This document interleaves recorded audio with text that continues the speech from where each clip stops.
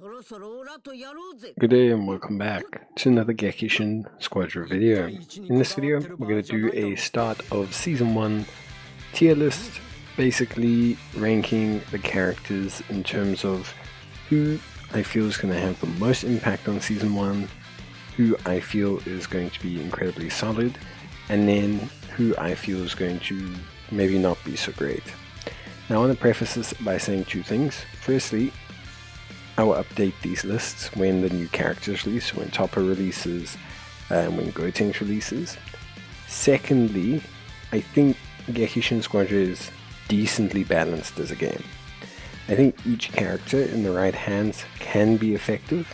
I think some are a little bit less effective than others, but I do think that there are some really top characters. So anyway, let's begin. Firstly, Cooler, final form. Definitely at the top. There's a lot of reasons why Cooler feels really strong right now, but the thing with Cooler is that he is quite simple to use. So he can get really tanky quite easily. He gets quite simple mechanisms to use.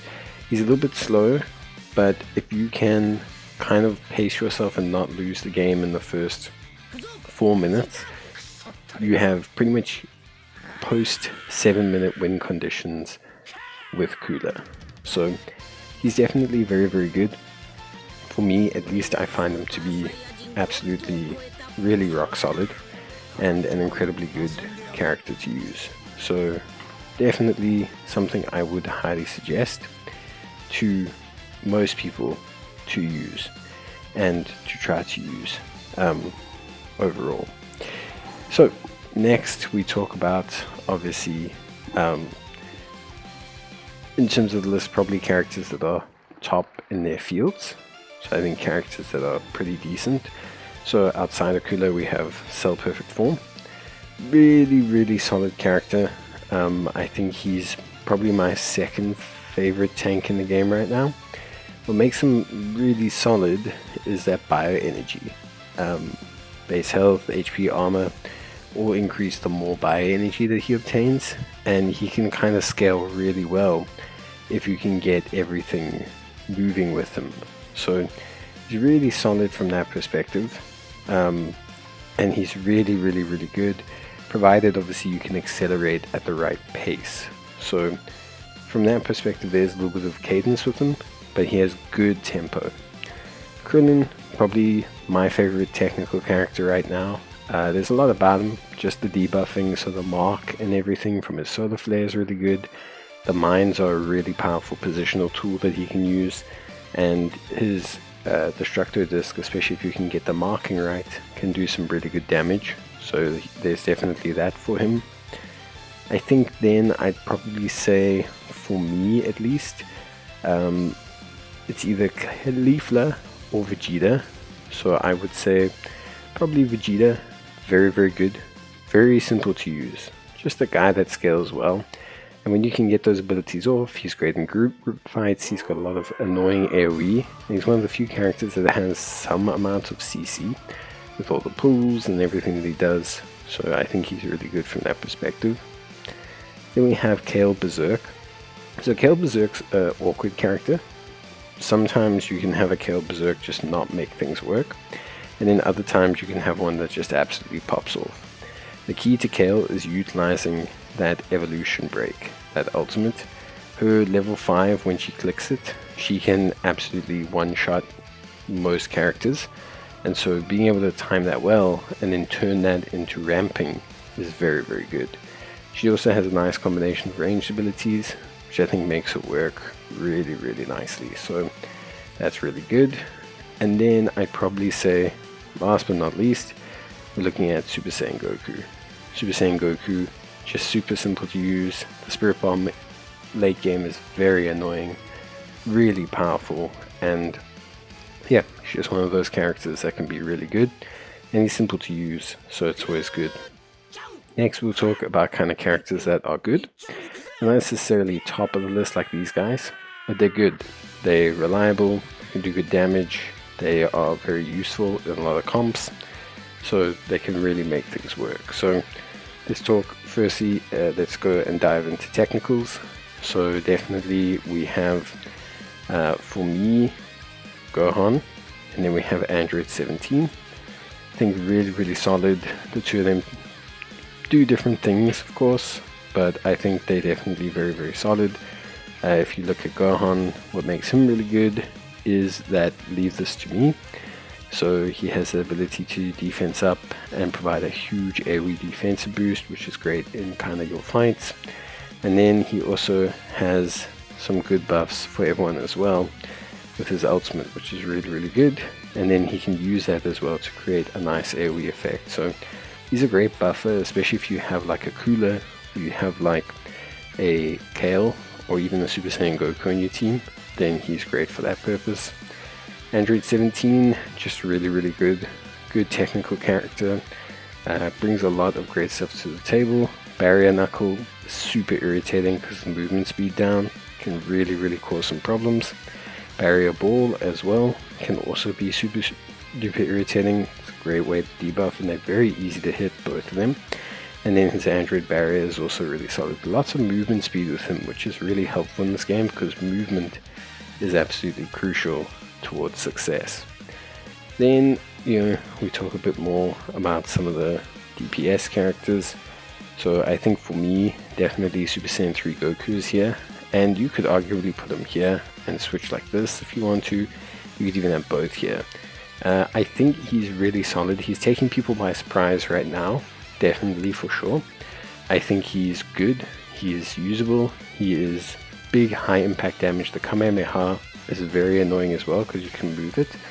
But there are things like his Dragon Fist can be easily missed. I've seen a lot of people with that one. But he's really solid. He's come into the meta quite hot, quite good. So I'm very happy with where he is. I actually think he's been well balanced. Like, if I can say anything, I'd like to say that I think he actually is a well-balanced character that's doing a good job. And then I'd probably switch in Android 18. I think she's very good, especially in conjunction with characters like Android 17. She's a bit difficult. She's one of those characters that could be higher up if you're really good at her. She's got a lot of skill shots, lots of abilities that require you to understand where she's moving, what she's trying to do. But she is very solid. She can do some really crazy stuff. And I think in the right hand she can look very impressive. Then we have Gamma 1 and Gamma 2. Similar thing. Really good characters that have some interesting levels of skill. Definitely, again, another character like Android 18 that has some skill shots, that has some abilities that require you to kind of get things off in the right place in the right time. But they can be really crazy. They can do some really insane damage. They can just kind of explode people once they get going. So they're really good, and they actually can be quite resilient. And next I'd probably say Caulifla and then Zamasu. I think Caulifla and Zamasu are both really good. Different styles of tanks. Zamasu can be quite irritating. His ultimate is very nice. His regeneration is very good. He can tank. He can do some good dot damage.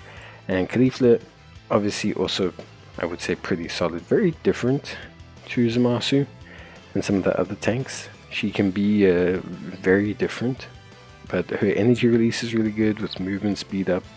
Her storm kick is really solid with the provoked, which is one of the few CCs that you have.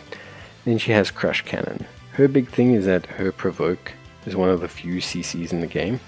So you can get her abilities, and really, if you're playing with other players, if you can sync her up with your other players, you can actually use it to really set up some good team fights. So yeah, very solid picks there. Then we come to probably the roster of characters that are solid, but I think they either require a high skill level or they are a bit of a mixed bag. So like, I'll start with like the high skilled ones. So I think like Frieza is great, but you have to have an understanding of what the character wants you to do. It's the same with Goku Mini. Like, I think both of these characters are great, and in the right hands can be devastating. But the thing is, you have to really understand their playstyle. Like Frieza, you have to understand that you want to work around objectives, you need to place those characters properly, you place his henchmen properly, you gotta use them during team fights and really kind of get good positioning. And the same with Son Goku Mini, like he can pop off, And then he also can be devastatingly bad. He's just one of those characters. I think Majin Buu Good is here. Nice simplistic unit. The silence is absolutely devastating. Really, really good. Very, very solid. I think Super Oob is here. I think all these remaining characters are here, by the way. I don't really believe there's a tier below these characters because I think all of them are really good. They just have their caveats. I think Super Oob is here. He can go nutty when his Cyclone ability pops off. Piccolo, nice bust for him. Light Grenade is very useful, very annoying, very good damage. Still a little bit iffy to use, especially early game, but really much better now. Baby, also one that's a bit iffy to use. Just if you compare him to the other tanks, he is probably the worst tank. And that's not knocking him, it's just that he's not there. A lot of that comes down to the fact that his abilities require you to really kind of like have a team that works around you quite nicely, because he has like all those healing abilities and, you know, jumping in and jumping out. But really he's, yeah, probably the worst tank, but not bad. Trunks could be here. I toyed with whether Trunks was in an A tier or a B tier. Trunks is a level dependent character. Like, you have a Trunks, and if that Trunks can pop off and gain some levels, he can be here for sure. It really just depends on if you play him properly. But he has some great moves and great abilities. I really could place him here, but I'd probably place him here because he's largely dependent on levels, and if your Trunks can farm properly, then you're all good to go. Dabura could also be here. Dabura's Petrification is a very strong ability. Like I said, there's not a lot of CC in Gekishin Squadra, so Dabura having Petrification is very, very powerful. And then I'd probably say Hit, and then Bojack. Hit is a good character. One of those, again, technical characters that I think can be really, really solid. But Hit is very difficult to play. He relies on stealth mechanic, which is, you know, interesting. He also has, you know, some really strong debuffing abilities as well. But he's not like the kind of character who you can just see. Like, Krillin's easy to use in fights, Android 17's easy to use in fights, Gohan Kid is easy to use in fights. Hit is more like the, I want to really dominate my individual lane. So yeah. And then Bojack, maybe he's probably the only character that goes here. Bojack's good, it's just that he's like either up or down, depends on how you've played him. But that's it from me. That's what I would say for the start of Season 1. We'll see later on how it changes, but for now that's where I'd probably rank them. Let me know your thoughts. Bye.